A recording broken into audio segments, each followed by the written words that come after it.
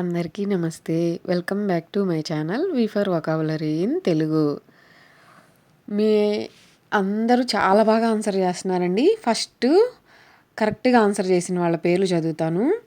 విద్యార్థి గారు, నిత్యశ్రీ గారు, చందు గారు, వెంకటేశ్వరరావు గారు కాకినాడ అండి.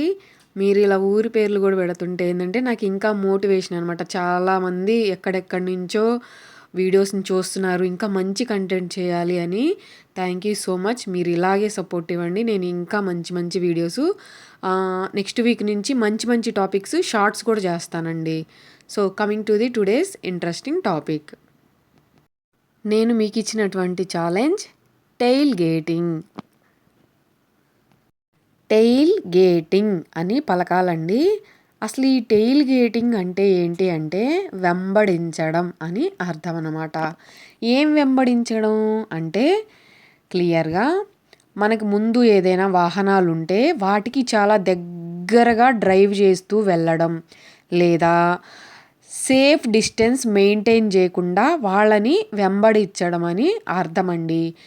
ఈ ఈ పదాన్ని మనం ఎలాంటి సందర్భాల్లో వాడతాము అంటే ఏదైనా కారు లేదా బైకు ముందున్న వెహికల్స్కి క్లోజ్గా డ్రైవ్ చేస్తూ వెళ్ళడం, లేదా డేంజరస్ డ్రైవింగ్ అని ఎవరికైనా చెప్పడానికి, ఇంకా చెప్పాలి అంటే ట్రాఫిక్ రూల్స్ ఎవరైతే బ్రేక్ చేస్తున్నారో అలాంటి సందర్భంలో ఈ పదాన్ని వాడతామండి. దీనివల్ల ఏంటంటే యాక్సిడెంట్ అయ్యే ఛాన్సెస్ చాలా ఎక్కువ అన్నప్పుడు అన్నమాట. సో దీన్ని మనం సింపుల్గా చెప్పాలి అంటే టు క్లోజ్ డ్రైవింగ్ అని చెప్పచ్చు. సో మీకు ఇప్పటికే అర్థమైంది కదా క్లియర్గా. సో టెయిల్ గేటింగ్ అనేది ఇది ఒక చేస్తున్న పని కాబట్టి వెర్బ్ కింద కన్సిడర్ చేస్తామండి. మనం జనరల్గా అడ్వాన్స్డ్ లెవెల్లో అయితే టెయిల్ గేటింగ్ అంటున్నాం, కానీ మన డైలీ లైఫ్లో ఏమని మాట్లాడుతూ ఉంటాం, షాడోయింగ్, ఫాలోయింగ్, డాగింగ్ అని వాడుతూ ఉంటారు ఒక్కొక్కళ్ళు ఒక్కొక్కలాగా. సో అర్థమైంది కదా. మనం ఇదే పదాన్ని ఇక్కడ మీకు బాక్స్లో ఇచ్చింది చంకు మెదడండి.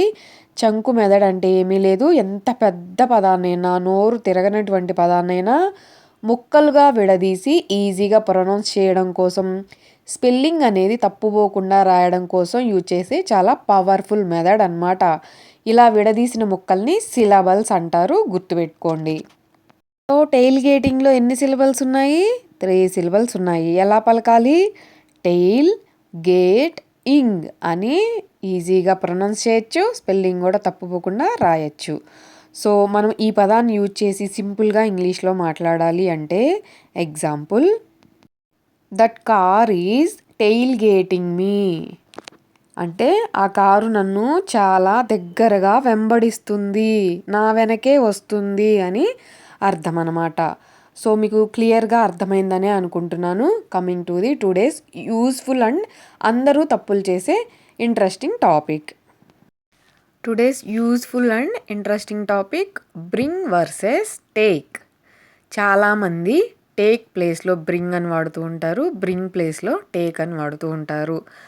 అసలు బ్రింగ్ యొక్క మీనింగ్ ఏంటి, టేక్ యొక్క మీనింగ్ ఏంటి, అసలు ఏ సందర్భంలో ఏది వాడాలి, మనం చేస్తున్న తప్పులేంటి, మనం కన్ఫ్యూజ్ అవ్వకుండా ఎలా గుర్తుపెట్టుకోవాలి, కంప్లీట్గా ఈ వీడియోలో నేర్చుకుందాం.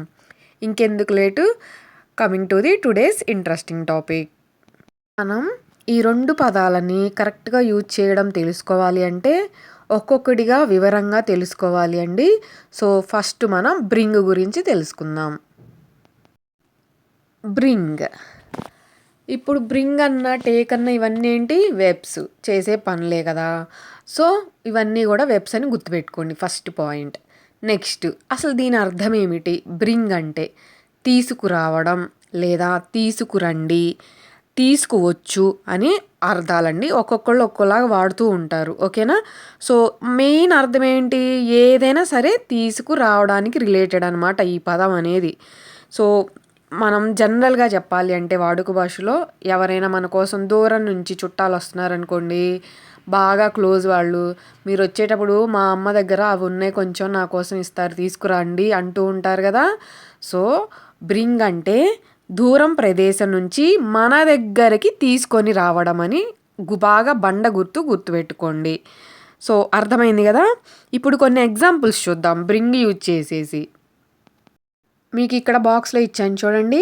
జనరల్గా మనం రోజు వింటూ ఉంటాం ఏమని, bring forward, bring down, bring back, bring out అని వింటూ ఉంటాం. అసలు అంటే ఏమిటి? బ్రింగ్ అంటే మనం ఆల్రెడీ తెలిసేసుకున్నాం, తీసుకురా అని. ఓకేనా. బ్రింగ్ ఫార్వర్డ్, ఫార్వర్డ్ అంటే ముందుకు, సో ముందుకు తీసుకురా. నెక్స్ట్ బ్రింగ్ డౌన్, డౌన్ అంటే ఎక్కడికి, కిందకి, క్రిందకి తీసుకురా. బ్రింగ్ బ్యాక్, బ్యాక్ అంటే ఎక్కడికి, వెనక్కి, వెనక్కి తీసుకురా. బ్రింగ్ అవుట్, బయటకి తీసుకురా. అవుట్ అంటే బయటకు. సో అర్థమైంది కదా, మనం జనరల్గా డైలీ లైఫ్లో వాడుతూనే ఉంటాము. సో ఇప్పుడు మనం రియల్ లైఫ్ ఎగ్జాంపుల్స్ చూద్దాం ఇంకా క్లారిటీ కోసం. First example, bring your ID card to office. ఆఫీసుకు నీ ఐడి కార్డును తీసుకొనిరా అని అర్థం అన్నమాట. Next, can you bring food from home. ఇంటి దగ్గర నుంచి ఫుడ్ మన దగ్గరికి తీసుకొని రమ్మని చెప్తున్నాం. అప్పుడు ఏం వాడతాం, బ్రింగే కదా వాడేది. సో ఇంటి నుంచి ఆహారం ఇక్కడికి తీసుకురాగలవా అని మనం వేరే వాళ్ళని రిక్వెస్ట్ చేస్తున్నాం అనమాట. సో ఇప్పుడు టేక్ గురించి కూడా తెలుసుకుందాం. టేక్, టేక్ అంటే తీసుకెళ్ళడం, అంటే అక్కడికి తీసుకెళ్ళడం. సో అక్కడికి తీసుకెళ్ళడం ఏంది మేడం అంటారా, జస్ట్ మీ అర్థం అవ్వడం కోసం చెప్తున్నా అండి. మన నుంచి వేరే చోటికి తీసుకెళ్ళడానికి మనం టేక్ అని వాడాలి. ఓకేనా. అంటే అవే ఫ్రమ్ ద స్పీకర్, అంటే ఆ స్పీకర్ ప్లేస్లో మనం ఉన్నాం అనుకోండి, మన దగ్గర నుంచి దూరంగా తీసుకెళ్తున్నారు. అదే బ్రింగ్ అయితే వేరే చోటు నుంచి మన దగ్గరికి తీసుకొస్తున్నారు. సో క్లియర్గా గుర్తుపెట్టుకోండి. బెస్ట్ ఎగ్జాంపుల్ టేక్ అవే, దూరంగా తీసుకెళ్ళడం మనందరం వాడుతూనే ఉంటామండి.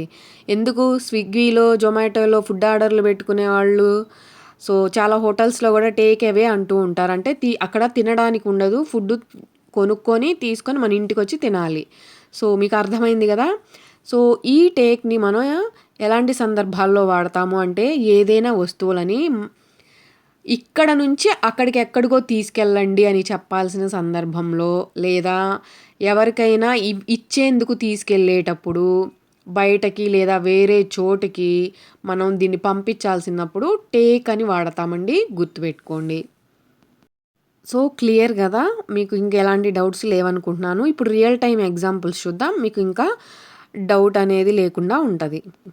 First example, don't forget to take your phone. నీ ఫోనును తీసుకెళ్ళడం మర్చిపోకు అని అర్థం అన్నమాట. సో ఇంకొక ఎగ్జాంపుల్ చూద్దాం. Take this file to the manager. ఈ ఫైల్ని మేనేజర్ దగ్గరికి తీసుకెళ్ళు, అంటే ఇక్కడి నుంచి అక్కడికి ట్రాన్స్ఫర్ చేస్తున్నారు. సో అదనమాట.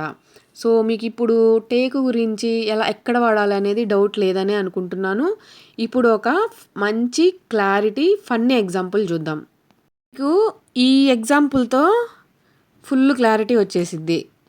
ఒక్క సెంటెన్స్నే 2 సందర్భాలలో 2 వర్డ్స్ యూజ్ చేసి ఎలా చెప్తాము అనేది.